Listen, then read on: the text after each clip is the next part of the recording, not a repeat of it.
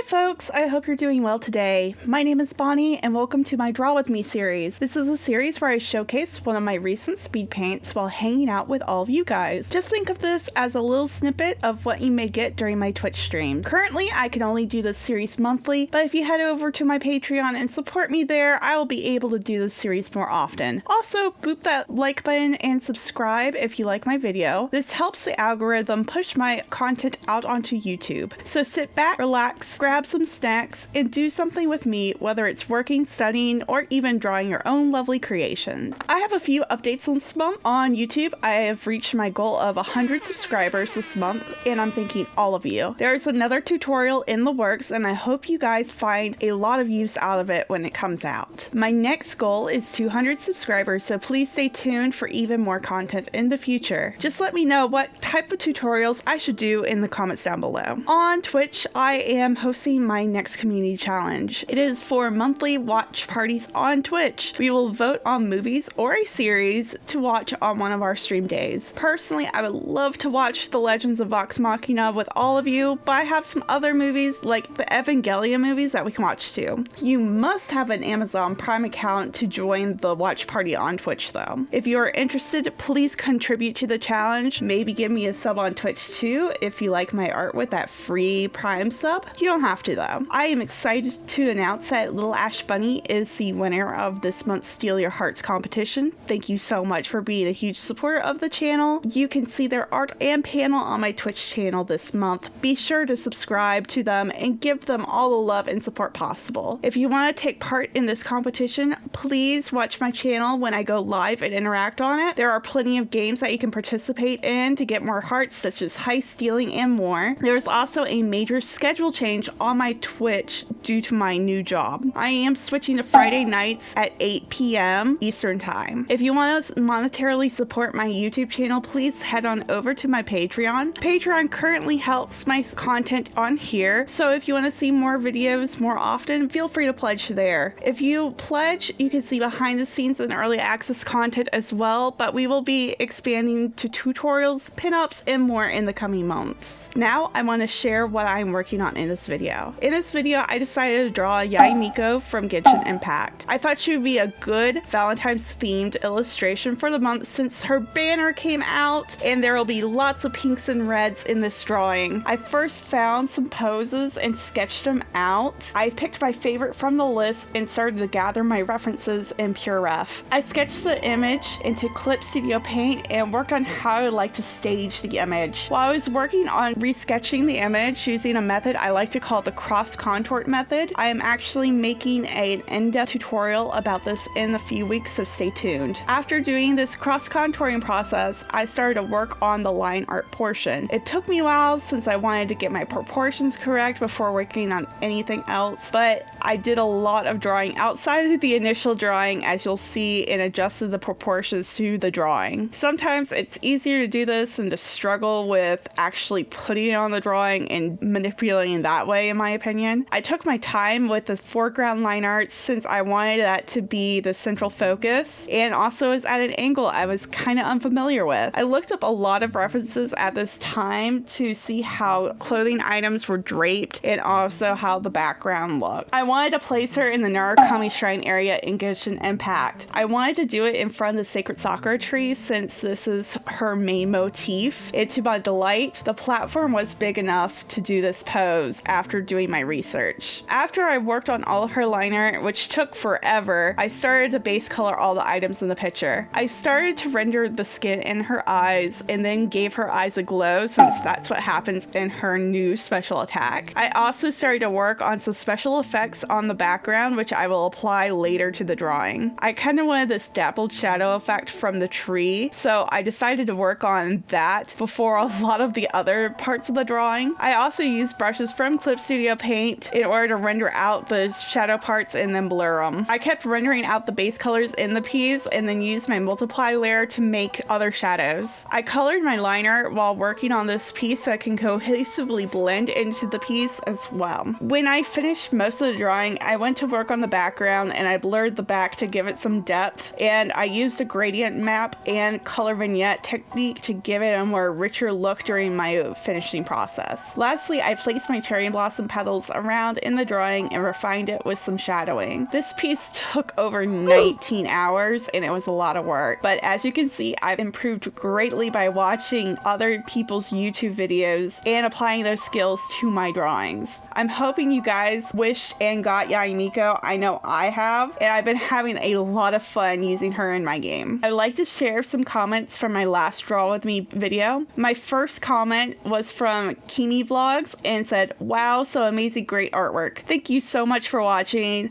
I appreciate all the compliments on my art. I hope you guys have been seeing my growth progression too. Just a reminder that I always share comments from my Draw With Me series, and if you didn't get to see last month's video, you can see it tagged in the top right corner or located in the description." Now to the main topic. Since it's Valentine's Day, I figured I would talk about some relationship tips. As you guys know, I've been in a long distance relationship with my boyfriend Stanley. We've been together for about 10 years now, and most of this has been long distance. I admit it's tough, but it's doable. But due to family and job circumstances, we have both understood and overcame these tribulations. I have 4 tips for anyone finding themselves in this situation. Hopefully you won't have to be in a long distance scenario as long as I have been. First tip I have is constant communication. This does not mean just texting your significant other. I always have a time that I call my boyfriend every day. If we are unable to call each other every day, we normally let each other know in advance. We always text each other good morning and good night as well. These little things are what matters in a relationship. We are extremely open with each other as well. We can literally talk about anything with each other, from plans to the future to mundane things like which Pokemon starter is the best in Pokemon Arceus. The answer for me is Oshawott, while his is Cyndaquil. And we never run out of things to talk about, and we learn new things about each other each and every day. We also do not go to bed mad at each other. This is an absolute must in our relationship. And with that comes tip 2. Have trust in your partner. In a long distance relationship, you need to trust your partner will do certain things for you, whether it's just having open communication, not cheating on you with other people, or just mundane things that you wouldn't even think about. Sometimes this is just having a little bit of faith in your partner and giving up some control in your relationship. Doing this helps you with long periods of time of being away from each other. This trust will help you and your partner develop a respect for each other as well. Being able to communicate your problems without judgment helps with negating other issues in your life. Having the trust that your partner won't harshly judge you will help with developing a future together. And speaking of the future, the third tip is to make plans with your partner. Making plans, whether it be in person or online, helps your relationship greatly. When you do this, you are looking forward to the next time you can hang out. Sometimes this can be small dates, just as watching a specific show online with your significant other for 30 minutes. Other plans might be planning visits to each other's cities every couple of months. Discord and Zoom dates have really helped with this long distance relationship thing since the pandemic for myself and my boyfriend, and this has not only helped our relationship but our general mental health as well, since we could not travel. However, you have to figure out what to do when you're away from your significant other. So the fourth tip I have is to broaden your horizons. I know I have hobbies outside of my boyfriend's due to living away from him. I usually take the time when my boyfriend's working late to work on my art, stream on Twitch, and play Genshin Impact for hours on end. I also go to breweries and wineries during my downtime as well. When my boyfriend comes to visit, I show him these hobbies I've been doing. He does the same when he's taking me to visit our mutual friends up in Boston. We also do stuff together like play video games, play D&D, roleplay, and much more. These little things help cement our relationship since we are able to show each other things and show our growth. Moping around doesn't exactly work in a relationship like this, and you always have to place your own happiness first.